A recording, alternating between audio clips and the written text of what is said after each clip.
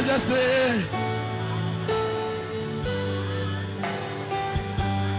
Que mon cœur soit rempli, bien transformé ma vie. Que ma coupe déborde de joie et de l'esprit. Je te dis, viens, change-moi. Fais-le, fais-le. Que ma coupe déborde.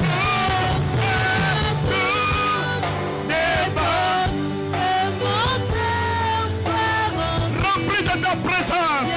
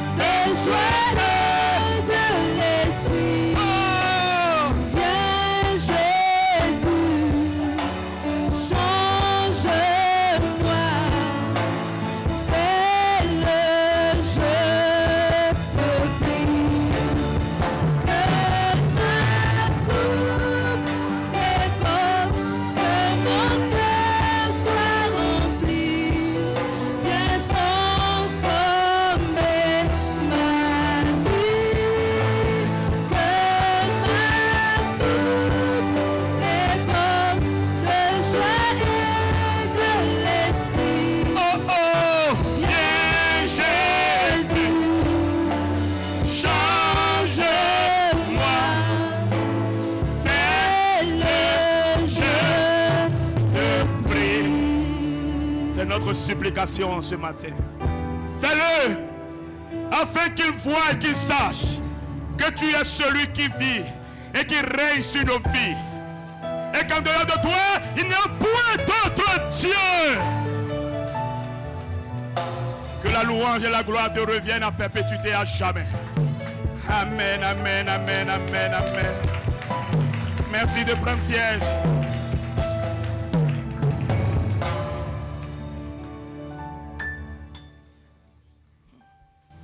Quand c'est comme ça, sache que quelque chose se définit dans les lieux spirituels. Les gens m'ont dit, pourquoi tu as été si fade au premier culte? Chaque culte avec son onction. Nous bouillons pour lui de reconnaissance. Il y a beaucoup parmi nous. Si simplement Dieu pouvait t'ouvrir les yeux, tu devrais être à la morgue ce dimanche. Dimanche dernier, au 3e culte, alors que nous étions dans l'adoration avant message et que nous prions en langue, la présence de Dieu était si forte, soudain, brusquement. J'ai vu une sorte d'animal. Ce n'est pas exactement un lion, mais il présentait l'aspect d'un lion. Il avait ouvert grandement sa gueule pour prendre quelqu'un. Je ne sais pas si ceux qui étaient là au 3e culte le dimanche dernier pouvaient s'en rappeler. Et j'ai crié, non! Pas maintenant! Je me pose!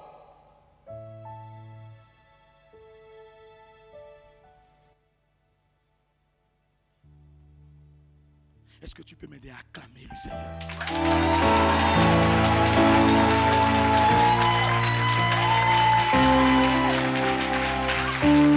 Est-ce que tu peux m'aider à acclamer?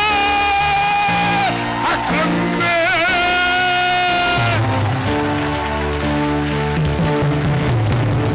Oh, oh, oh, oh, oh, oh, oh, oh, oh.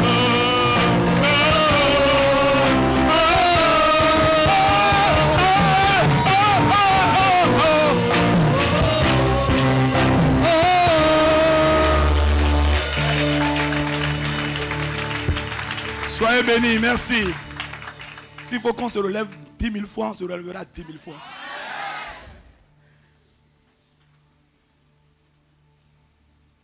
Dans la semaine, j'ai eu 2 témoignages de personnes qui sont revenues de la mort à la vie. Il y a parmi eux une personne qui m'est très familière. Elle a dit toute la semaine, j'étais au milieu de vous, mais je n'étais pas là. J'entendais le monde surnaturel. Et je disais dans mon cœur, et si je partais, quel sera le sort de ces enfants si jeunes et de mon mari?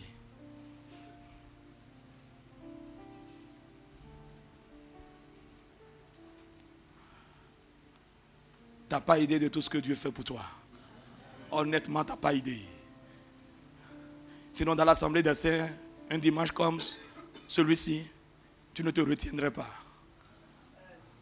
Tu n'acclamerais pas de façon morose, mais tu acclamerais comme la grâce de Dieu a été active et déversée pleinement sur ta vie.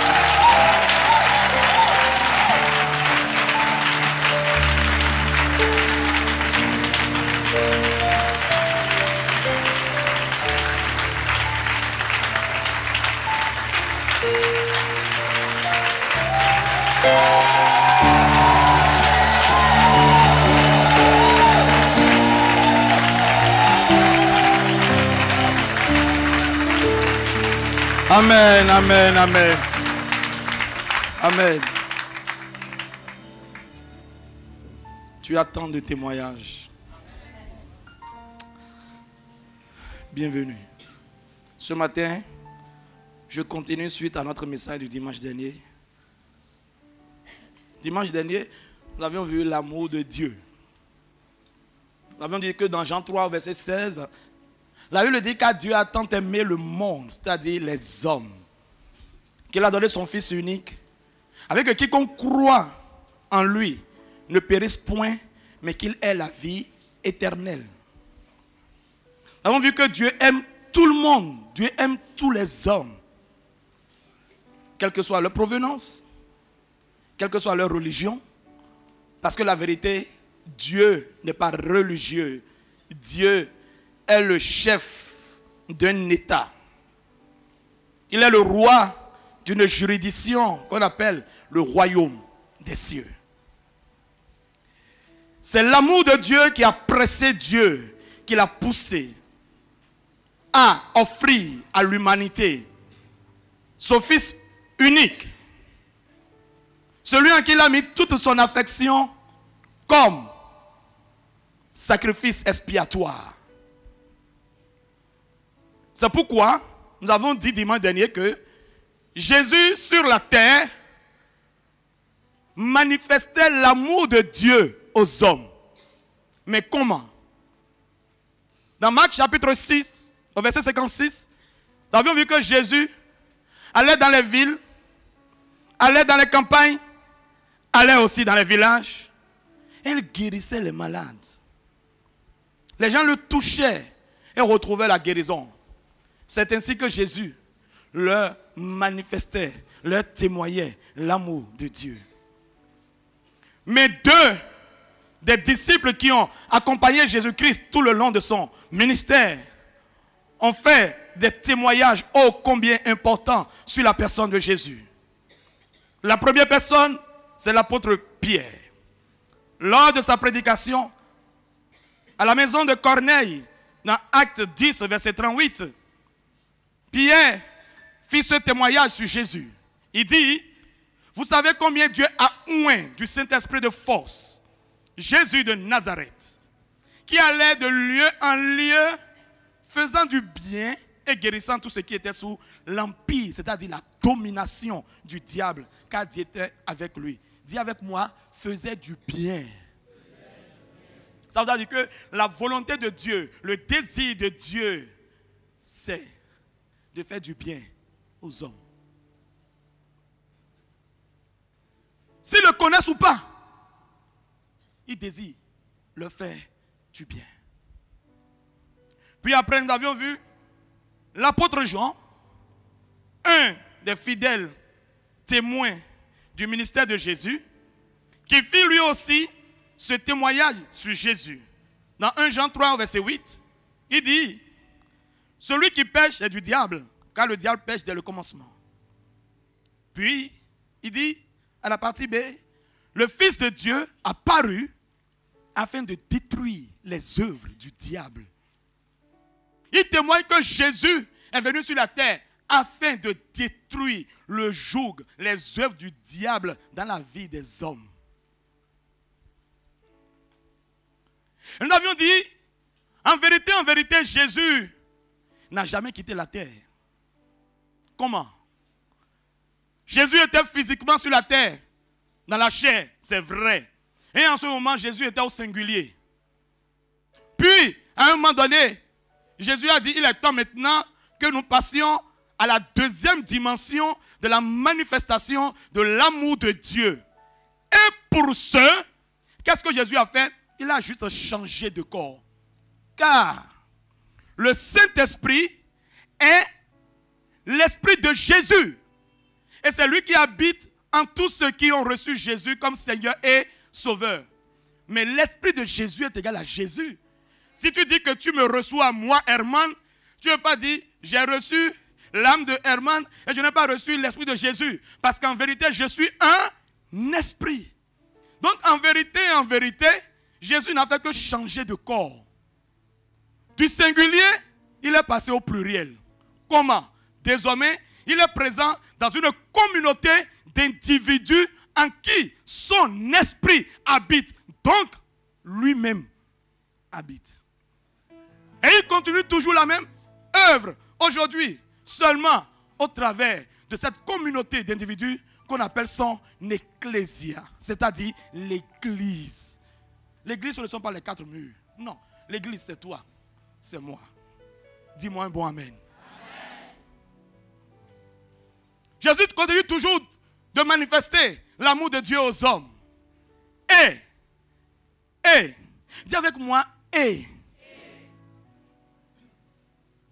le fait au travers des vases de terre que toi et moi, nous sommes.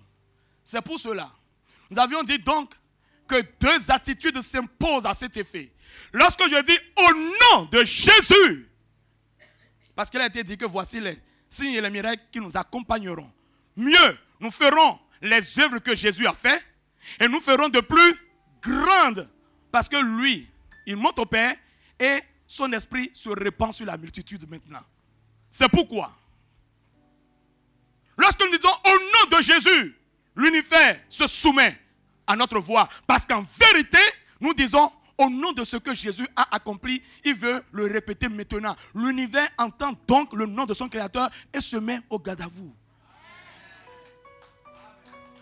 C'est pour cela, lorsqu'il manifeste le bien aux hommes au travers de nous, et que les hommes nous acclament et disent merci, nous devons savoir que ce n'est pas nous qui avons fait, et nous devons lui retourner les remerciements, les louanges, les acclamations et la gloire, et garder notre cœur dans l'humilité. Sinon, ça peut commencer par faire grossir la tête à quelqu'un. Pas toi, ton voisin, il n'est pas là, il est en train de passer. Deuxième attitude que cela demande, c'est que face à un cas, lorsqu'à ma première prière, je n'ai pas vu le résultat, je ne me décourage pas. Je continue. Je suis persévérant. Je le ferai encore et encore et encore. Et attention, quelle que soit l'issue, même si cela n'est pas conforme à ce à quoi je m'attendais, devant un autre cas, je ne baisserai point les bras. Parce que ce n'est pas moi, c'est Jésus qui le fait. Moi, je ne suis simplement qu'une passerelle, qu'un vecteur, qu'un instrument, qu'une route par laquelle Jésus passe pour toucher, pour manifester l'amour de Dieu le Père aux hommes. Amen. Voilà brièvement résumé le message du dimanche dernier. Et aujourd'hui, nous allons continuer. Et le thème de ce matin, c'est la valeur de l'amour dans le aller. C'est le thème de mon message de ce jour. la valeur de l'amour dans le aller. Aller entre griffes. Nous sommes toujours dans la dynamique des 21 jours de prière où nous avions vu qu'en vérité, Jésus veut faire du bien aux hommes au travers de nous. Et nous devons nous laisser. Nous devons laisser Jésus. Nous ne devons pas embrigader Jésus, mais laisser Jésus toucher les vies au travers de nous. Amen. Et ce matin, nous allons aller un peu plus en profondeur. Dans Jean 3, verset 16, regardez bien le début. La Bible dit, Dieu a tant aimé le monde. Nous avons déjà dit ça dimanche dernier, je vais le redire. C'est l'amour que Dieu a pour le monde qui a poussé Dieu à agir. Ça a poussé Dieu à poser un acte. L'amour de Dieu pour l'humanité a poussé Dieu à faire quelque chose. En vérité, Dieu n'a pas aimé seulement en parole. Mais son amour l'a poussé à l'action. Son amour l'a poussé à agir. C'est l'amour qu'il a pour l'humanité qui l'a pressé à libérer ce qui avait de plus grande valeur pour lui. Imaginez la douleur d'un père. Quand vous lisez l'histoire d'Abraham, véritablement, Abraham, si vous lisez l'histoire d'Abraham, vous allez remarquer quelque chose. Dieu a mis le cœur d'Abraham à nu. Je vais te le montrer. Peut-être que tu n'as pas bien capté ça lorsque tu as lu. Donc je vais te le montrer.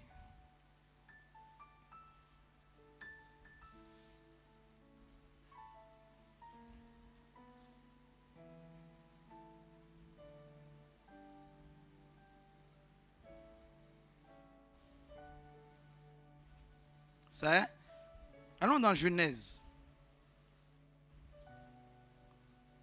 chapitre 22. Je voudrais que nous nous replongions dans la peau d'Abraham. C'est toi, Abraham. Tu as cherché un enfant pendant tant d'années. Tu as soupiré après Dieu. Et Dieu a fini par t'accorder cet enfant.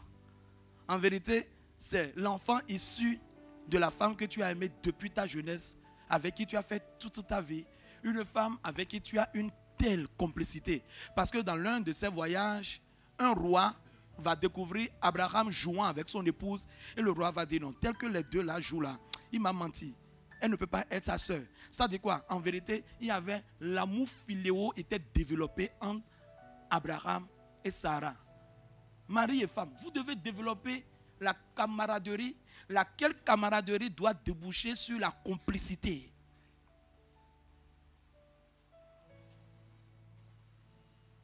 Si la femme n'est pas complice avec son mari, il y a problème.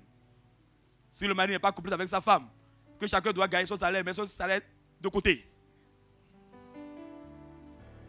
Dimanche, on vient au culte dans la même voiture, alors que tout est de côté. C'est pas bon. Je ferme la parenthèse.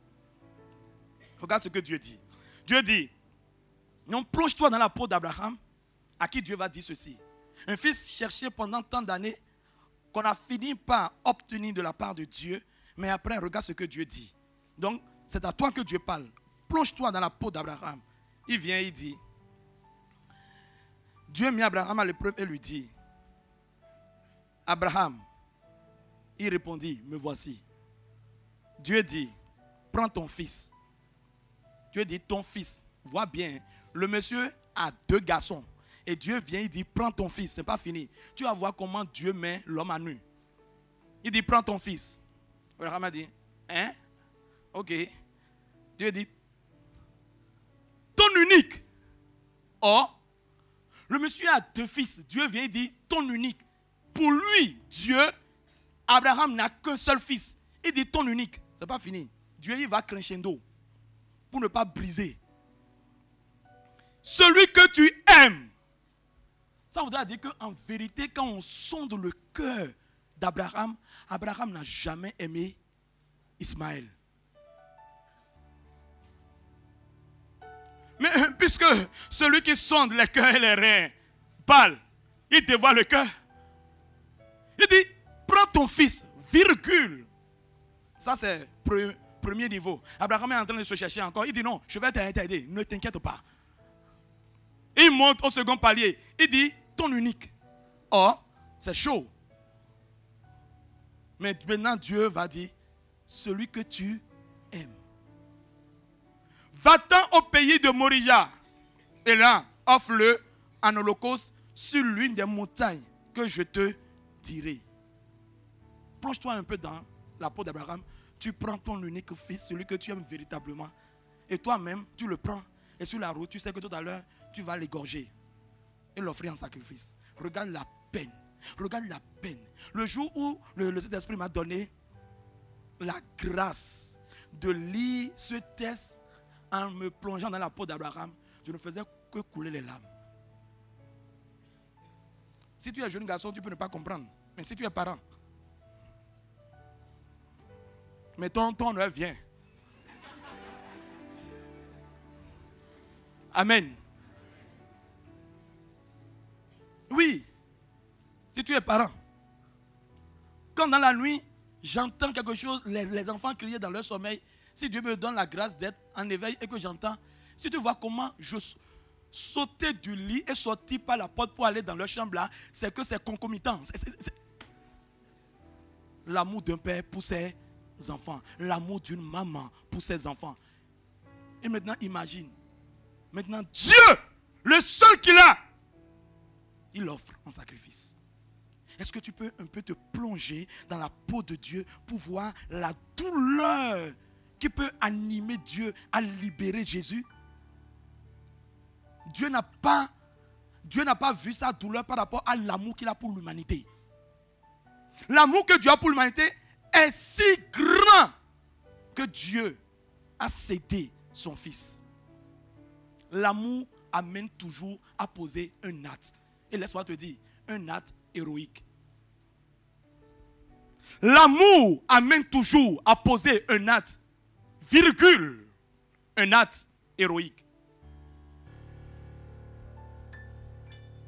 Oui, Dieu ne nous a pas aimés parce que nous l'avons aimé. Non, Jean va nous le rappeler dans 1 Jean 4, verset 8 à 10. La Bible dit, celui qui n'aime pas n'a pas connu Dieu, car Dieu est amour. Dieu n'a pas de l'amour, Dieu est amour. La nature même de Dieu, l'essence même de Dieu, c'est l'amour. Regardons bien le verset 9. L'amour de Dieu a été manifesté envers nous. Tu vois, l'amour de Dieu a été manifesté. Ça veut dire, l'amour de Dieu a été révélé. L'amour de Dieu a été exprimé. L'amour de Dieu a été témoigné. L'amour de Dieu a été mis à l'œuvre. Ce ne sont que des synonymes. Envers nous, en ce que implique que Dieu a posé un acte. En ce que Dieu a envoyé son Fils unique dans le monde. Afin que nous vivions par lui.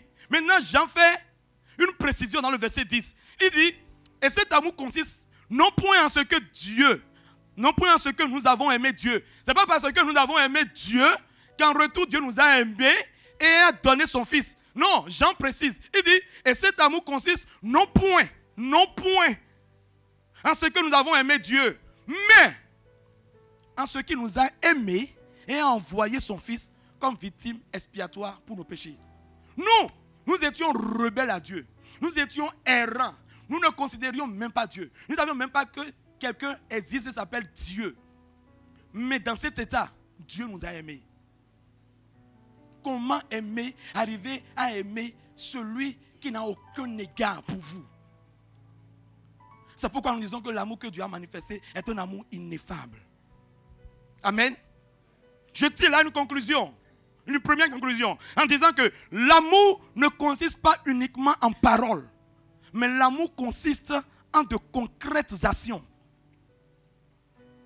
Marie, tu dis à ta femme que tu l'aimes. Quelles sont les actions que tu poses qui prouvent que tu l'aimes? Ce n'est pas bavardage. Non. Et ce qui est fabuleux dans l'histoire, c'est que cet amour de Dieu, cet amour qui a pressé Dieu, a posé cet acte héroïque, cet amour-là, de façon qu'on ne peut l'expliquer. La Bible dit que cet amour-là est dans ton cœur et est dans mon cœur. Waouh! Dis avec moi, waouh! Allons lire Romains 5, verset 5. La Bible dit, or, l'espérance ne trompe au point. Parce que, c'est-à-dire, on veut expliquer. L'amour de Dieu est répandu dans nos cœurs par le Saint-Esprit qui nous a été donné. Dis avec moi, l'amour de Dieu est répandu dans mon cœur. Par le Saint-Esprit qui m'a été donné. Il faut parler. Les confessions communes ont un pouvoir. Quand nous demandons de confesser, il faut ouvrir la bouche et confesser. Avec Dieu, on ne fait pas l'intellectuel. Dieu est plus intellectuel que tous les intellectuels de la terre réunis. Il ne faut pas faire le... Non. Oh yeah, my God.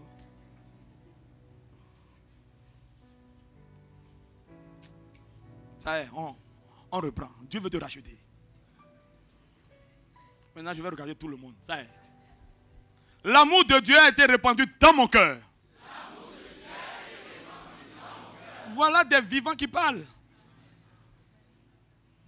Par le Saint-Esprit qui m'a été donné. Amen. La Bible dit que l'amour de Dieu qui a poussé Dieu à offrir Jésus-Christ, ce même amour est dans ton cœur. Et laisse-moi te dire, tu n'as pas reçu cet amour dans une mesure. Non, non, non, non. Tu as reçu la plénitude de cet amour. Je passe par là rapidement pour corriger une phrase que beaucoup tiennent. Le Saint-Esprit grandit en moi. Aucun Saint-Esprit ne grandit en quelqu'un. À ta nouvelle naissance, tu as reçu le Saint-Esprit dans toute sa plénitude. Seulement, le Saint-Esprit n'occupe pas encore la totalité de ton être.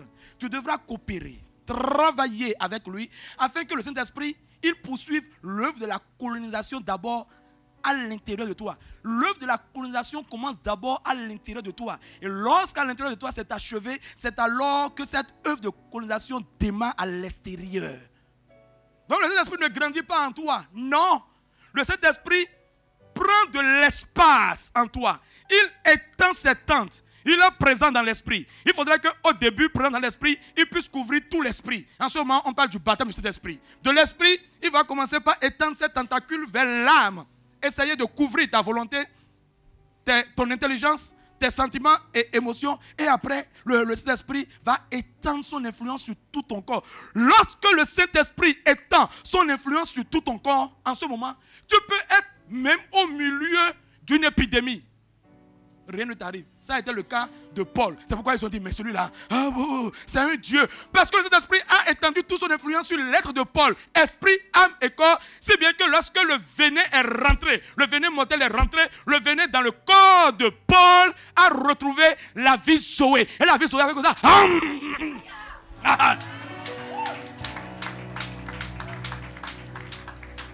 Dis-moi, c'est possible.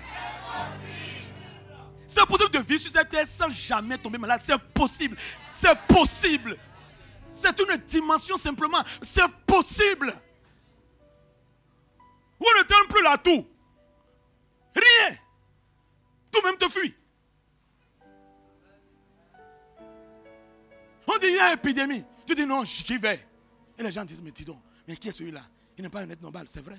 Ils sont en train de te dire que nous sommes vraiment, nous ne sommes pas des êtres normaux. Nous sommes des êtres extra. Nous sommes des êtres anormaux sur la terre. Les êtres anormaux sur la terre, si tu les cherches, c'est nous. Les êtres normaux dans le royaume des cieux deviennent des êtres anormaux sur la terre.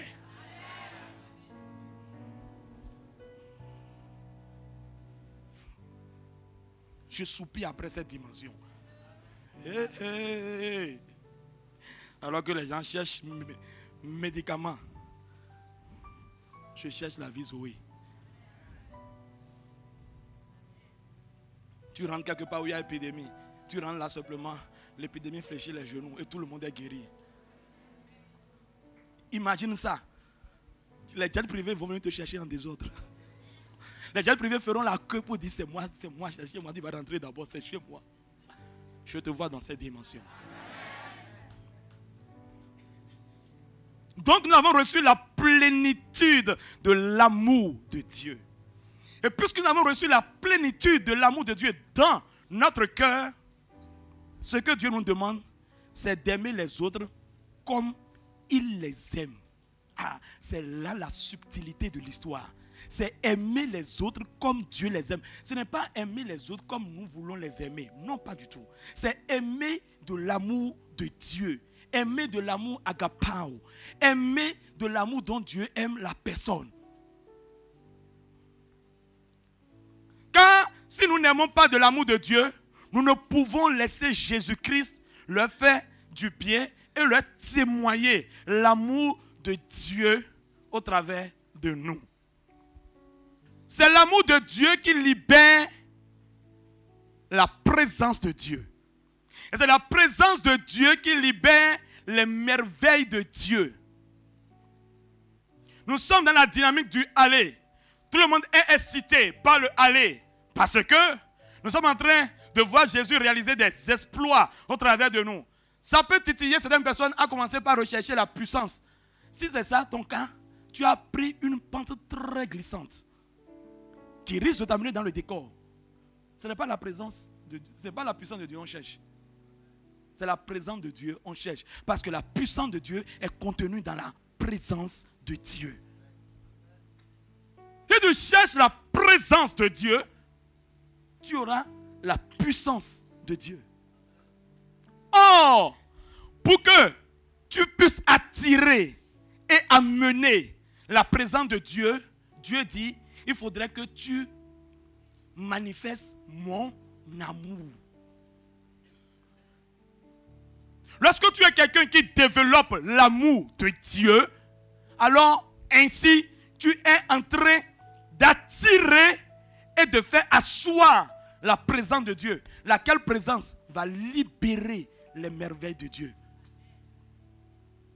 En termes de délivrance des captifs, de libération des opprimés, de consolation des affligés, de guérison des malades, de restauration des cœurs, de bénédiction des vies, de bénédiction des pauvres.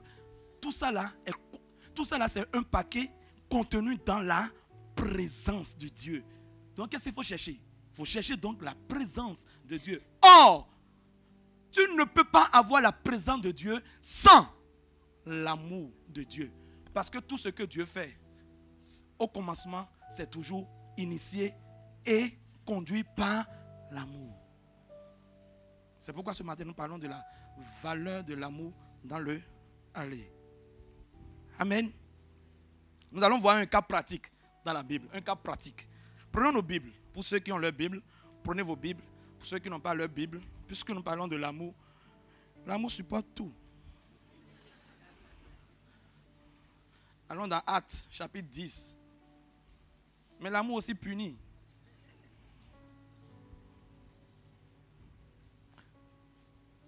Pour faire réveiller les nerfs. Actes, chapitre 10. Tu y es? Ici, nous allons sauter des versets, nous allons lire. Commençons par du verset 9. Le lendemain, comme ils étaient en route et qu'ils approchaient de la ville, Pierre monta sur le toit vers la 6e heure pour prier. Il eut faim et il voulut manger. Pendant qu'on lui préparait à manger, il tomba en extase. Il vit le ciel ouvert et un objet semblable à une grande nappe attachée par les 4 coins qui descendait et s'abaissait vers la terre, et où se trouvaient tous les quadrupèdes et les reptiles de la terre et les oiseaux du ciel. Et une voix lui dit, lève-toi, Pierre, tue et mange. Mais Pierre dit, non Seigneur, car je n'ai jamais rien mangé de souillé ni d'impur. Et pour la seconde fois, la voix se fit encore entendre à lui. Ce que Dieu a déclaré pur, ne le regarde pas comme impur. Ne le regarde pas comme souillé. Cela arriva jusqu'à 3 fois. Et aussitôt après, l'objet fut retiré dans le ciel. Tandis que Pierre ne savait en lui-même que penser du sens de la vision qu'il avait eue, voici, les hommes envoyés par Corneille s'étaient informés de la maison de Simon, se présentaient à la porte et demandaient à haute voix si c'était là que logeait Simon, surnommé Pierre. Et comme Pierre était à réfléchir sur la vision, l'Esprit lui dit, voici 3 hommes te demandent, lève-toi, descends et pars avec eux sans hésiter, car c'est moi qui les ai envoyés. On continue, on saute les versets et nous venons au verset 26. Mais Pierre le releva, on commence par le 25. Lorsque Pierre entra, Corneille qui était allé au-devant de lui, tomba à ses pieds et se prosterna. Mais Pierre le releva en disant, lève-toi, moi aussi je suis un homme. Je fais une parenthèse, on ne se prosterne jamais devant un homme. La prosternation est un acte d'adoration. Et notre adoration ne revient qu'à Dieu et à Dieu seul. C'est pourquoi la phrase selon laquelle on dit, j'adore ma femme, ce n'est pas une bonne phrase. On n'adore pas sa femme, on aime sa femme. Et on adore Dieu.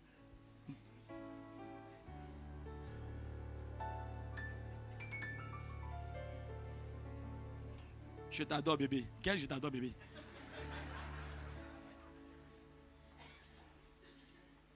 On n'utilise jamais le mot adorer pour un homme. On l'utilise uniquement pour Dieu.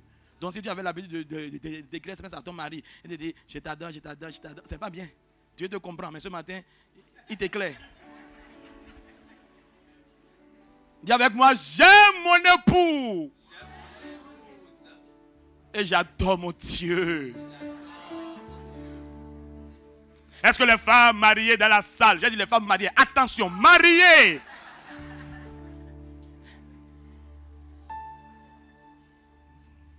Selon le Seigneur. Est-ce que les femmes mariées dans la salle peuvent dire, j'aime mon mari. Je lui suis soumise. Et j'adore mon Dieu. Que Dieu vous bénisse. On continue. Verset 27. Et conversant avec lui, il entra et trouva beaucoup de personnes réunies. Note bien avec moi le verset 28. Vous savez, leur dit-il, c'est Pierre qui parle, qu'il est défendu à un juif de se lier avec un étranger ou d'entrer chez lui. Mais Dieu, dis avec moi, mais Dieu m'a appris à ne regarder aucun homme comme souillé et impur.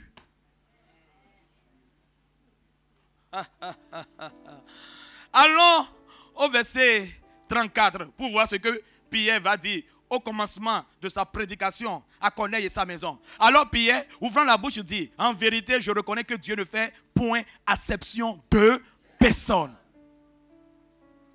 Mais, quand toute nation, celui qui le craint et qui pratique la justice lui est agréable. Maintenant, tournons et allons de l'avant au verset 44. Comme Pierre prononçait encore ces mots, alors que Pierre était encore en pleine prédication à Corneille et à sa maison, regarde ce qui s'est passé. Le Saint-Esprit descendit sur tous ceux qui écoutaient la parole. Tous les fidèles circoncis qui étaient venus avec Pierre furent étonnés de ce que le don du Saint-Esprit était aussi répandu sur les païens. Sur qui? Sur qui? Sur les païens. N'eût été la vision que Dieu eut donnée à Pierre, Pierre n'allait jamais se rendre chez Corneille. Parce que selon la loi de Moïse, un juif ne se lie ni n'entre dans la maison de notre peuple.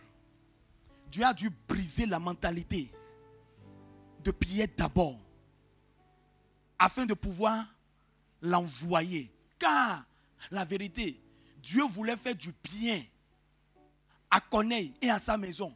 Mais qui l'a vu sur la terre? Pierre. Mais voyant que Pierre avait un blocage dans sa mentalité, il faudrait renouveler la mentalité de Pierre. Il faudrait que Dieu procède à ce qu'on appelle le métanoïa, le renouvellement du système de pensée, afin que Pierre ne soit pas un obstacle à la bénédiction que Dieu veut accorder à Corneille et à sa maison. Ce n'est pas fini. Regarde, verset chapitre 11, toujours, à côté. Verset 1. Les apôtres et les frères qui étaient dans la Judée apprirent que les païens avaient aussi reçu la parole de Dieu. Verset 2. Et lorsque Pierre fut monté à Jérusalem, les fidèles circoncis lui adressaient des reproches en disant: tu es entré chez des incirconcis et tu as mangé avec eux.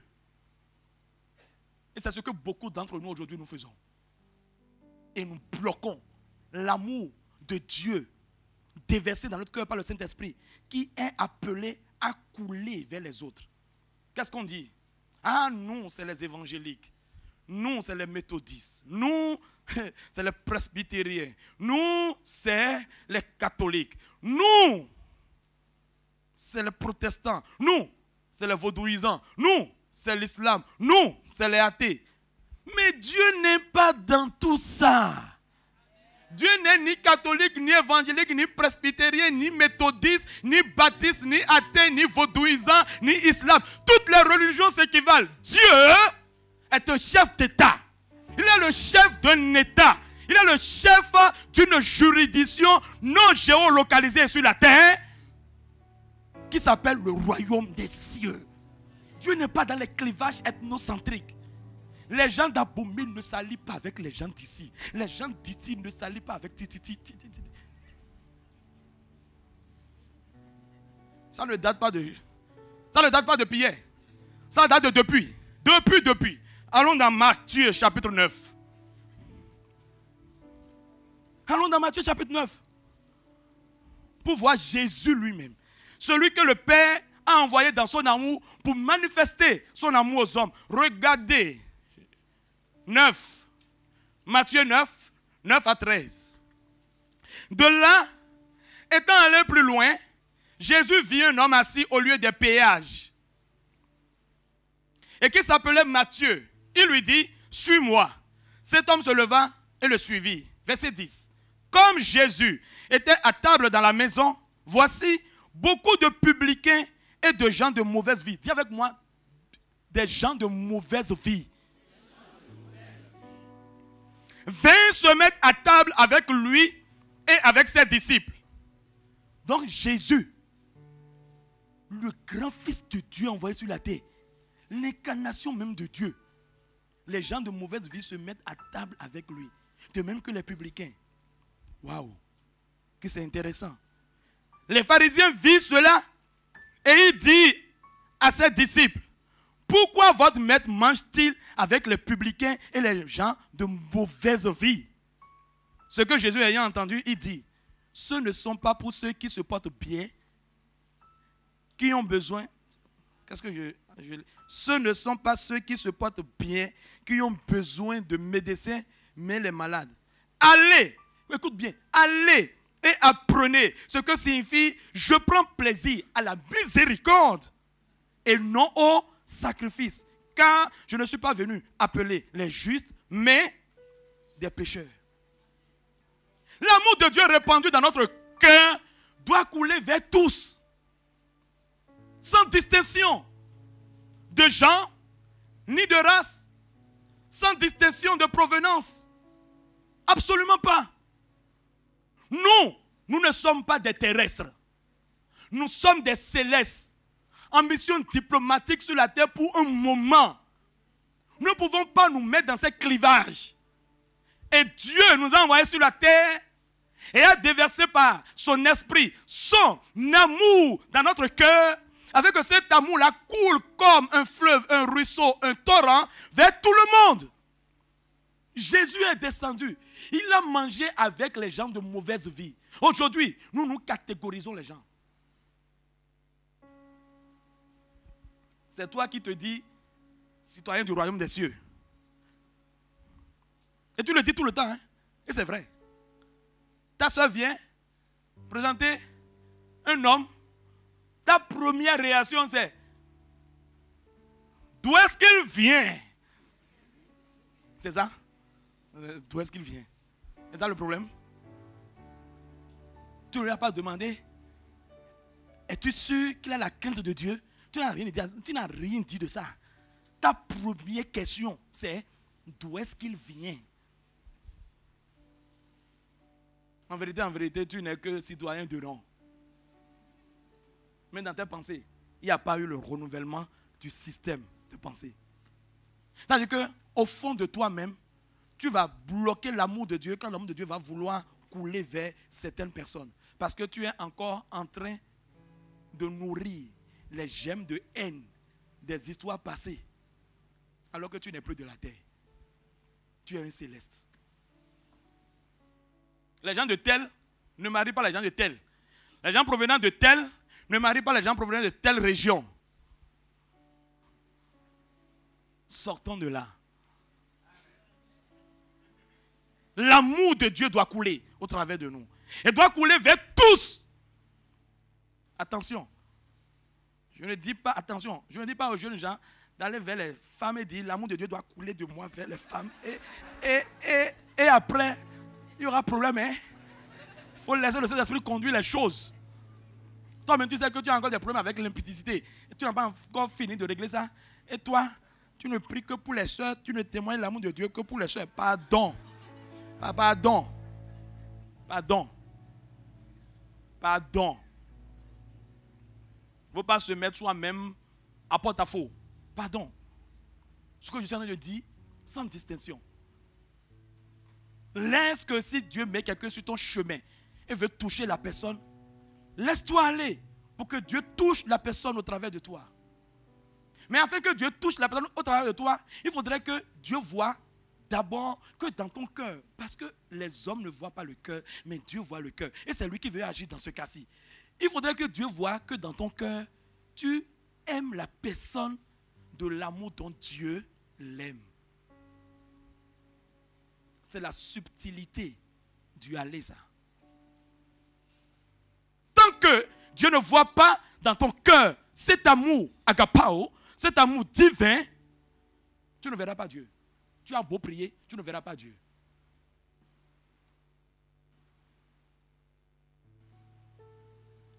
Que suis-je en train de dire en conclusion? En conclusion, je suis en train de dire simplement que, en vérité, c'est l'amour de Dieu qui fait le lit à Dieu, à la présence de Dieu. Tu ne peux pas avoir de la rancœur dans ton cœur. Tu ne peux pas avoir de la haine dans ton cœur. Tu ne peux pas garder les gens dans ton cœur et dire que Dieu va s'exprimer au travers de toi. Parce que en ayant de la haine et de la rancœur dans ton cœur, en vérité, tu es en train de te conformer à une culture. Et cette culture n'est pas la culture du royaume des cieux, mais plutôt la culture du royaume des ténèbres. Alors, tu ne peux pas te conformer à la culture du royaume des ténèbres et dans le même temps s'attendre à ce que Dieu vienne et se manifeste. Non, Dieu vient et se manifeste là où sa culture est exprimée. Et la Bible dit que Dieu est amour. L'essence même, la quintessence même de la personne de Dieu, c'est l'amour. C'est pourquoi quand Dieu voit les hommes captifs, oppressés, opprimés, comprimés, down, démantelés, disloqués, et voire même supprimés par le royaume des ténèbres, Dieu, son cœur en est choqué. Son cœur est choqué. Et dans le même temps, ceux-là par qui son amour doit couler pour libérer les hommes de la captivité du diable, ces hommes-là emprisonnent l'amour. Pourquoi? Il ne veut pas laisser cet amour s'exprimer. Il ne veut pas rechercher cet amour. Il recherche tout sauf l'amour de Dieu. Conclusion de ce message. Lorsque nous aimons les autres de l'amour dont Dieu les aime, c'est alors que nous venons de faire le lit à l'expression de la puissance de Dieu.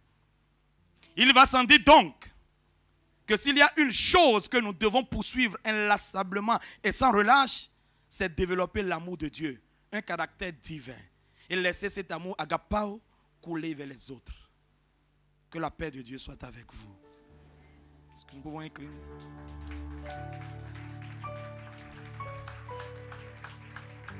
Tu n'acclames pas le pasteur Eman, tu acclames Dieu.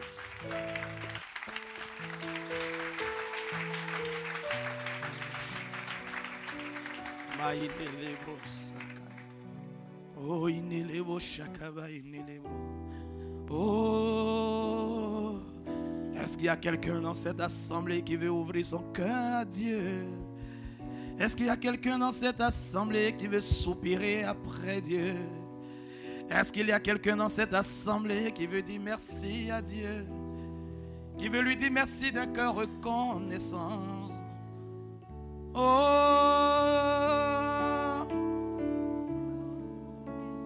merci à toi.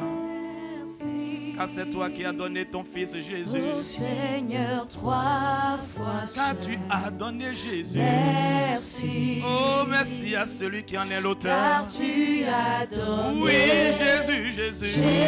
Jésus-Christ. Ton fils bien-aimé. Ton fils. C'est pourquoi ce matin je veux te dire. Merci. De tout mon cœur je te dis. D'un cœur reconnaissant. Merci.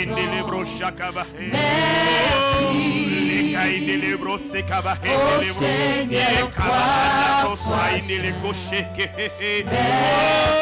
Merci à toi, mon Dieu. Car tu as offert Jésus. Oh, ton fils. C'est pourquoi de tout mon cœur je te dis merci. D'un cœur reconnaissant. Oh,